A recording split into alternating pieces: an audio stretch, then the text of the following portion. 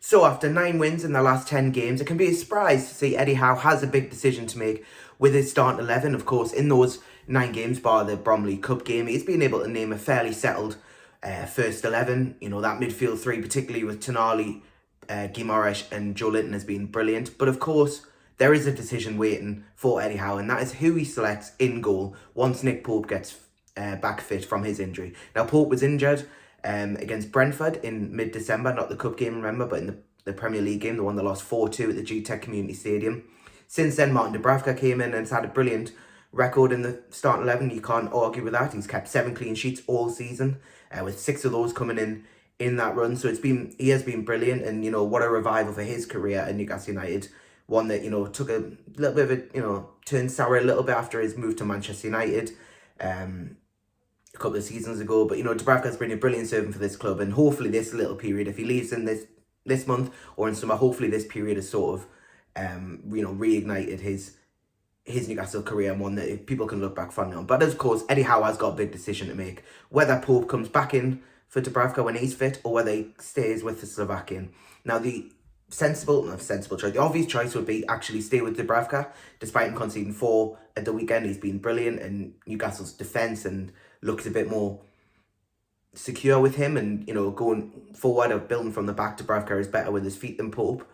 But it is a thing that, you know, it's something Eddie Howe's going to have to consider. It's not too long ago, if you remember, at the end of last season, Pope picked up an injury in December. That was a dislocated shoulder. He missed the majority of the second half of the season, and it can be argued that him missing that was the reason Newcastle didn't hit European football. You know, Dubravka wasn't the same shot stopper. You know, you felt that Newcastle probably could have picked up a couple more points with Pope in net. But obviously, Dubravka's changed that this season. He's been brilliant. So it's really hard call for Eddie Howe. And I would describe it as an impossible call, to be honest. Because I think no matter what he does, fans will say Dubravka should be starting or Pope should be starting. You know, I don't think there's an easy solution.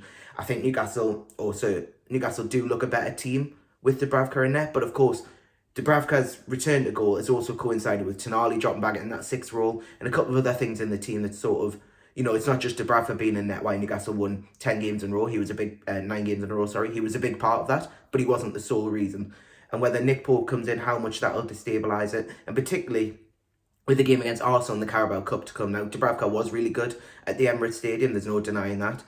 But Nick Pope, as we've all said, is a better shot stopper, and whether he might be someone that Newcastle think, actually, in the moment when Newcastle need it the most, will Pope deliver that big save over Dubravka? Who knows? You know, only Eddie Howe knows that. And to be honest, Eddie Howe doesn't know that. You know, we can say that Eddie Howe knows the answers. He doesn't have the answers, of course. It'll just be on what he judges and what he sees week in, week out, and day out at the training ground.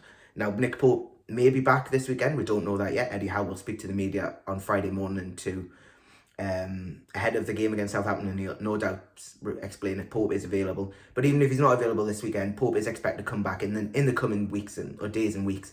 So Eddie Howe does face that decision, Dubravka or Pope. It's a really tough call.